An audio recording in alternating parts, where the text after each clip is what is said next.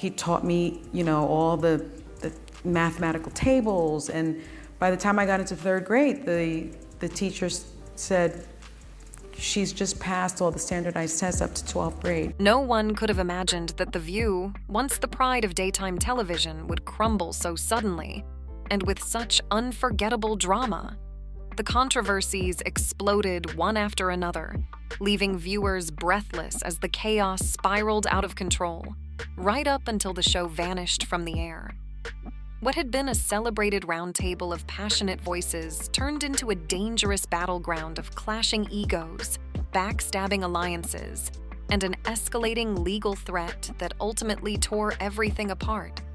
But the most shocking twist? Sonny Hostin found herself front and center in the final chapter of this spectacle, with her emotional collapse captured on camera for all to see. In the early days of the turmoil, backstage whispers started growing louder. The production team described an overwhelming tension in the air, something that felt deeply wrong, even if no one could quite put their finger on it. Some traced the chaos back to a particularly controversial segment that aired a few weeks earlier. During that episode, Sonny delivered a fiery critique aimed at a high-profile public figure, someone known for wielding powerful connections and a reputation for being quick to sue. Her passionate remarks split the audience right down the middle. One side applauded her boldness, while the other cried foul, accusing her of going too far. Even Sonny's most loyal fans couldn't help but wonder if her words had crossed a line. The View had always thrived on stirring the pot, but behind the scenes, an unsettling question began to bubble up. Had they finally gone too far, crossing from bold opinions into dangerous territory? Producers rushed to calm everyone down, pointing out that The View had weathered lawsuits in the past, thanks to a sharp legal team and the show's knack for presenting heated debates rather than outright accusations. But this time felt different. Whispers started circulating that the powerful figure Sonny targeted wasn't just angry. They were preparing a defamation lawsuit that could hit not only Sonny, but the entire show and even the network. Officially, ABC kept their cards close to the chest, reassuring staff that no legal action had been filed, yet. But the looming threat of a lawsuit was impossible to ignore, deepening the fractures among the co-hosts and sparking tense, whispered exchanges in the green room. While some believed the show would power through, as it always had, others sensed this storm could be the one to shatter everything. Sonny, for her part, put on a brave face. She firmly maintained that she had simply exercised her First Amendment right to critique a public figure, something The View had done countless times without any real fallout. She dismissed concerns from colleagues who feared her comments might have crossed a dangerous legal line. After all, the show had built its reputation on challenging powerful figures, exposing their flaws, and holding them accountable. 15 women have accused him of sexual assault. We've heard about the Stormy Daniels story, that he allegedly paid $130,000. Were you pissed that she canceled on your show? I was. Only because, we're a very supportive environment for women. I think any guest will tell you that. Sonny had spent years going head-to-head with politicians, celebrities, and business moguls, always expecting some backlash, but never imagining the network itself could end up in the crosshairs. But the cracks in Sonny's confidence began to surface when she received a chilling letter, one that made it clear legal action was more than just a rumor. The stakes had suddenly become very real, and the weight of it all started to show. The letter wasn't from some tabloid or random person looking to make a name. They were from the legal team of someone infamous for fiercely defending their reputation. And it quickly became clear, this was no small complaint. The situation was shaping up to be a multi-million-dollar lawsuit that could drag in the entire production team, right up to the top ABC execs, holding them accountable for allegedly spreading defamatory content. News of the letter spread like wildfire, faster than any press release, and before long, the staff was gripped by a quiet panic. On the surface, The View tried to act as if nothing had changed. sticking to their usual formula of hot topics, celebrity gossip, and political debates. But the tension in the air was palpable. Joy Behar attempted to lighten the mood with a few jokes, but they fell flat, adding to the unease. Whoopi Goldberg, typically the master of navigating messy conversations, seemed strangely hesitant, as if she was trying to avoid getting caught up in something that could wreck her career. Meanwhile, Sarah Haynes and the other co-hosts played it safe, keeping their distance from the storm brewing backstage, careful not to touch on the topic that had everyone whispering. But at the center of it all was Sonny, who found herself blindsided by the rising tide of negative headlines that painted her as the one responsible for pushing The View to the brink of disaster. Everything came crashing down when the lawsuit was officially filed. The legal papers, packed with aggressive language, accused The View and Sonny Hostin of seriously damaging the plaintiff's reputation by presenting statements as facts, statements that were shockingly unsupported by evidence. While the exact comments at the center of the dispute remained under wraps, gossip columns couldn't resist speculating that they involved deeply personal allegations that could wreck someone's career and public persona if left unchecked. ABC wasted no time assembling their legal dream team, advising the co-hosts to stay tight-lipped about the specifics, leaving fans only with vague hints about the brewing legal storm. But when the topic popped up on air, the situation escalated from bad to worse. It wasn't just the tension that was rising. It was the crisis that was unfolding right in front of their eyes. Big-time advertisers, rattled by the media circus surrounding the lawsuit, started pulling back. Major brands that had been loyal sponsors of The View for years began questioning whether the show's daily controversies were really worth the potential backlash.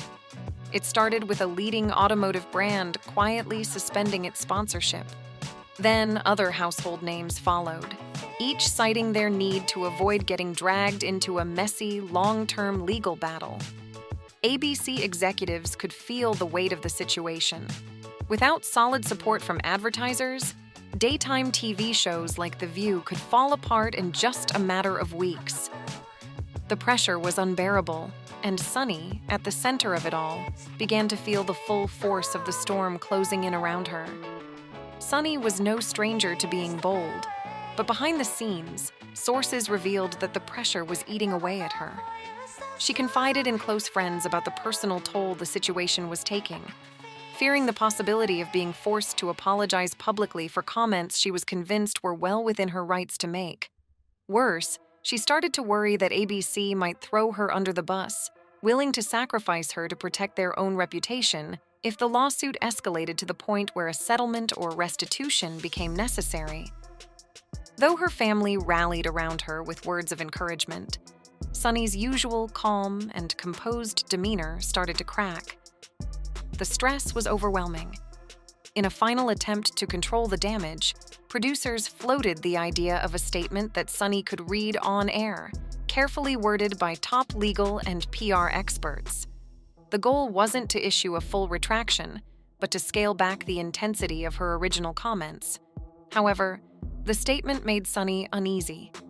Reading it on air would feel like a backpedal, as if she was doubting her original claims.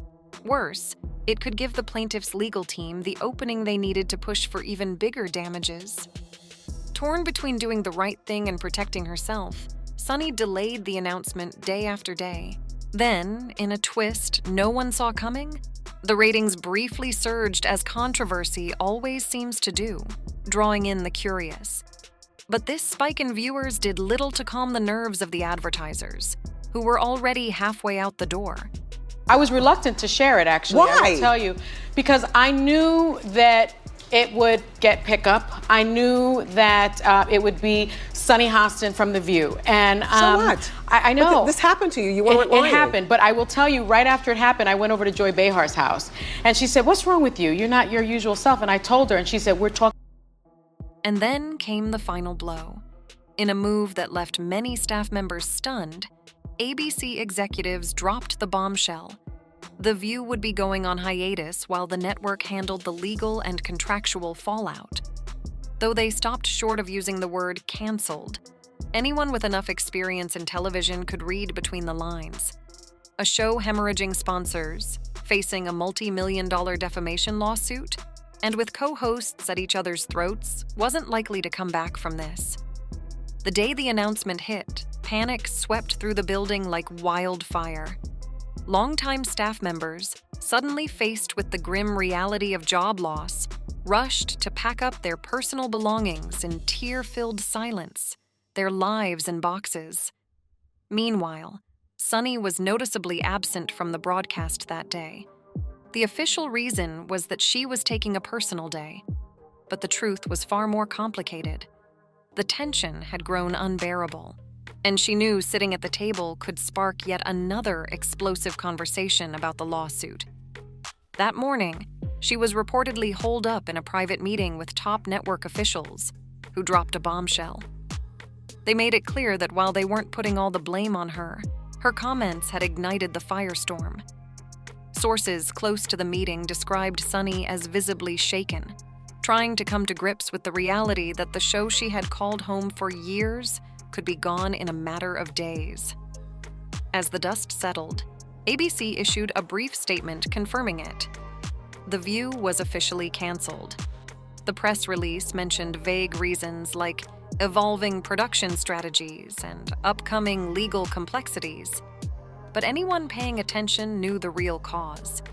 The headline screamed, "The View canceled amid defamation lawsuit." It was clear now. Sonny Hostin's remarks had set off a chain reaction that led to the show's downfall. Fans were divided. Some expressed sympathy for Sonny, arguing that her bold, outspoken style was exactly what had made the show so compelling, and punishing her for it was downright hypocritical. Others took a more critical stance, insisting that she had crossed a line, violating a fundamental rule of journalism: verify before you testify. The day after the cancellation hit the news, Sonny was spotted at the studio, quietly packing up her things from her dressing room. The atmosphere was eerie. Most of the staff had either been reassigned or were preparing to leave. A few producers tried to offer comforting words, but there was an undercurrent of resentment. Many believed Sonny's missteps had cost them their jobs. As she made her way down the corridor, where she had once shared laughs and daily banter with her co-hosts, Sonny paused for a moment. In that fleeting second, reports say she seemed on the brink of tears, completely overwhelmed by the reality of how quickly everything had crumbled. Though the network's cameras weren't rolling, a bystander caught a short video on their phone, one that would later make its rounds online. The video that hit the internet was a moment of raw emotion. Sonny standing in the corner, eyes wet, wiping away a tear as she embraced a colleague. The clip went viral almost instantly, shifting the headlines from legal drama to full-blown human tragedy. Sonny Hostin breaks down. After The View is canceled, social media erupted with speculation about what was going on in her head. Some slammed the invasion of her private, vulnerable moment, calling it an exploitation of her pain. But others saw it as a genuine display of regret and heartbreak, the true weight of her actions crashing down on her. The network stayed silent, offering no further comment, citing a need to respect the personal toll of the show's end. But that didn't stop the tabloids.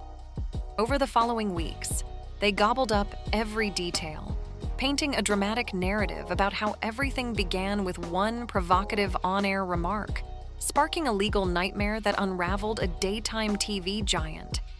Yet, the drama was far from over.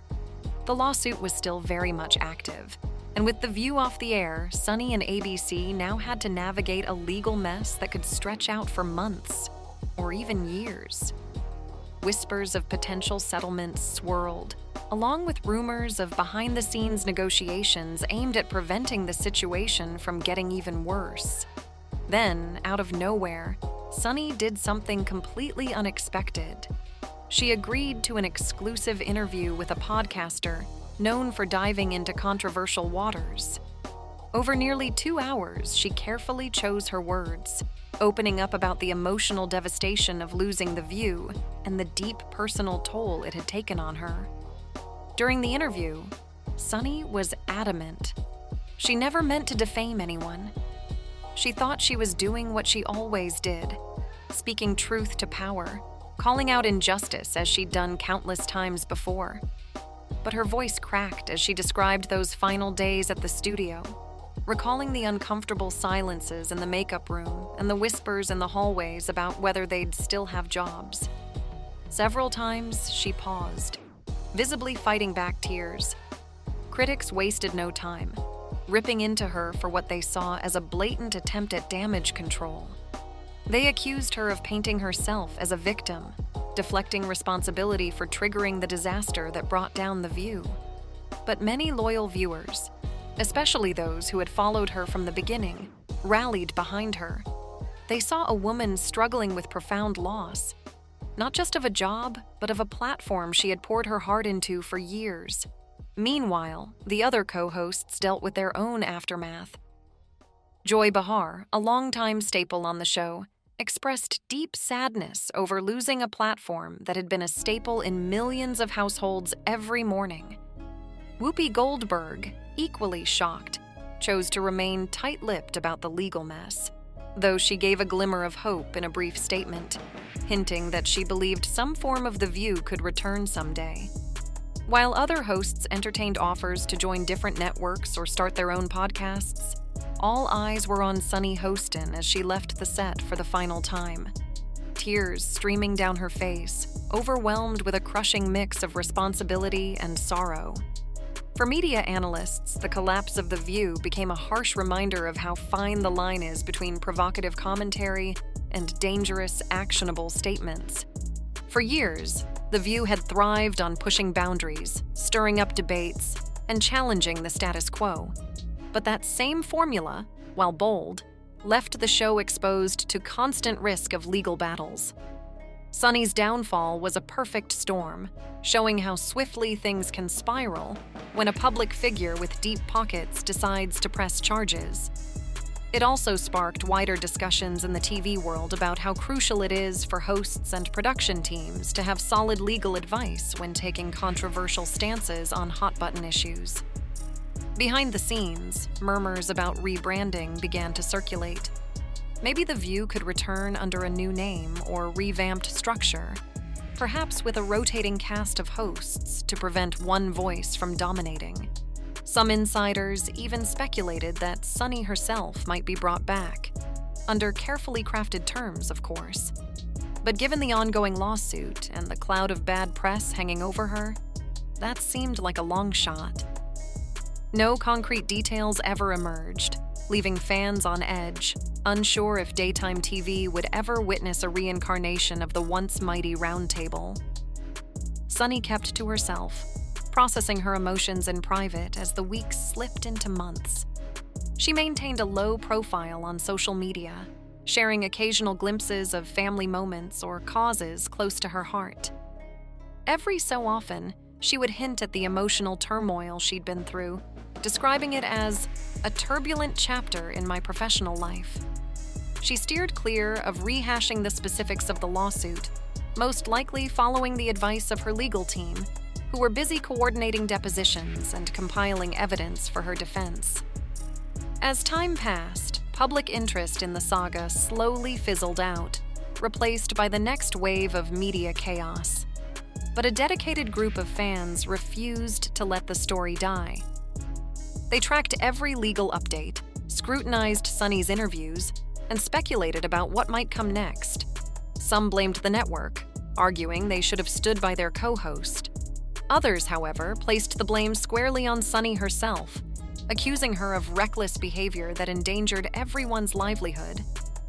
And then there were those who saw it as a cautionary tale about the dangers of being an outspoken media personality in a world where defamation claims can quickly balloon into multi-million-dollar lawsuits. Months later, a surprising twist in the lawsuit thrust the downfall of The View back into the spotlight. Reports surfaced that the defamation case was heading to a preliminary hearing, where a judge would decide whether to dismiss some claims or send it to trial. This sparked another wave of speculation. Would ABC cough up a settlement to avoid further embarrassment? Would Sonny end up personally liable if the court decided her statements crossed the line into defamation? The tension was back, though not with the same explosive force as when the show was still airing. Amid this renewed uncertainty, a paparazzo snapped a photo of Sonny leaving the courthouse. Wearing dark sunglasses, she looked subdued, almost distant. The images hit the internet, reigniting a storm of reactions. Some saw her as a victim, while others saw defeat in her posture. Legal experts weighed in, suggesting that her demeanor hinted at the true emotional weight of the situation. It was a far cry from the confident, on-air personality she had built over the years.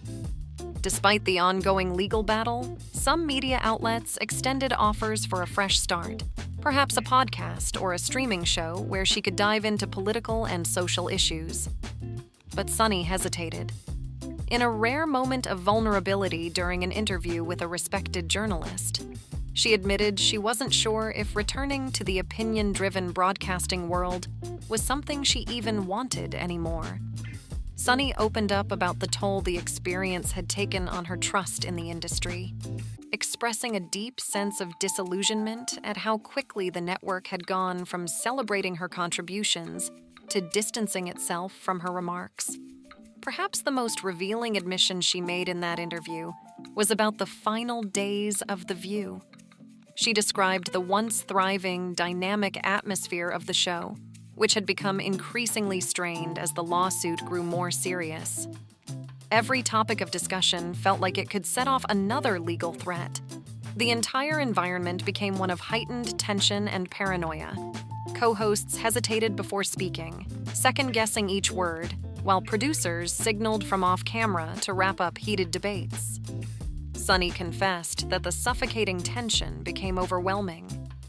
Although she deeply mourned the show's abrupt end, she admitted that the cancellation almost felt like a grim form of relief from the constant anxiety that had dominated the final weeks.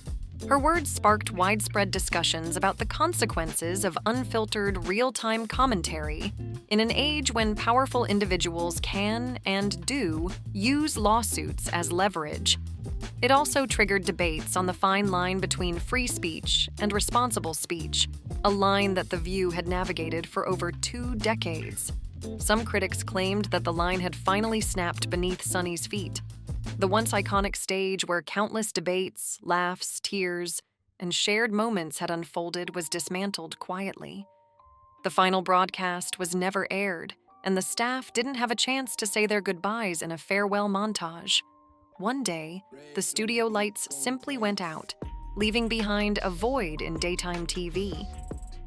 The public memory of the show's collapse inevitably focuses on Sonny Hostin, her controversial statement that sparked the lawsuit and the emotional breakdown that followed, signaling the end of The View. Over time, some people have shown more sympathy, suggesting that Sonny's intentions were to hold a powerful figure accountable rather than to defame. Others argue that she took an avoidable risk that endangered not just an institution, but the livelihoods of the show's staff and her own future in media. Regardless of viewpoint, the saga remains a poignant chapter in daytime television history, illustrating the steep costs of unrestrained commentary. For Sonny, the journey continues. The defamation case drags on in court, with lawyers on both sides positioning themselves for the long haul. Behind closed doors, quiet settlement discussions may be unfolding, but the public is left only to speculate. Sonny has vowed to continue championing the causes she believes in, though she has become noticeably more reserved on social media. From time to time, she shares uplifting messages about resilience and unity, perhaps subtly reflecting on her own journey. While some critics dismiss these posts as superficial or evasive, others find them inspiring, seeing a trace of the bold commentary that once made The View a must-watch show. Years from now, people will recall that moment. The sudden announcement, the shocked staff, and Sonny Hostin quietly gathering her belongings from her dressing room. They will remember the final glimpse of her composed face, the single tear breaking through her stoic demeanor. It will symbolize not only the collapse of a daytime powerhouse, but also the human toll of unchecked opinion in a world of legal boundaries and intense public scrutiny. It stands as a powerful example of how quickly reputations can be damaged, shows canceled, and lives changed when the delicate balance between bold commentary and caution tips too far. Even amid the wreckage of The View's end, the image of Sonny Hostin endures with complexity. Some will remember Sonny as the instigator who spoke too recklessly, sparking a lawsuit that forever changed The View. Others will see her as a martyr for free speech, caught in the crossfire of a powerful opponent. But one thing is certain: she cared deeply about the issues she addressed, the platform she was given, and the colleagues who supported her until the bitter end. When she finally broke down, it wasn't just the collapse of a TV personality under pressure. It was the genuine sorrow of someone watching a cherished dream slip away, unsure if she had been reckless, foolish, or simply too brave. Time will ultimately decide how Sonny's legacy is remembered and the lasting impact The View once had on American culture. Lawsuits and cancellations come and go, but some stories etch themselves into collective memory. For many who watched The View daily, it was more than just a talk show. It was a space that shaped opinions, fostered camaraderie, and bridged generations. Its demise may signal a broader shift in media, or it might fade into the past, overshadowed by new controversies and rising personalities. For Sonny Hostin, this chapter will remain a defining moment, a lesson in how swiftly the blade of public discourse can turn when sharpened by legal battles. There may come a time when, free from lawsuits and financial burdens, she returns to the spotlight, whether as a commentator, author, or in another role that allows her voice to be heard once more. The cancellation of The View will undoubtedly linger in her career's history, a bittersweet footnote. Perhaps one day she'll share her reflections in a memoir or interview, delving into the emotions surrounding the sudden end of a show she loved. She might recount how she learned to balance honest expression with the weight of responsibility. Or maybe she'll reconcile with those who felt betrayed. Or perhaps not. For now, all that remains are the echoes of chairs scraping across an empty set, the hum of stage lights that will never shine on another day's hot topics, and the lasting image of Sonny leaving a studio that once felt like home. Tears in her eyes as she steps into an uncertain future. If you enjoyed this video, don't forget to like, subscribe, and we'll see you on the next one.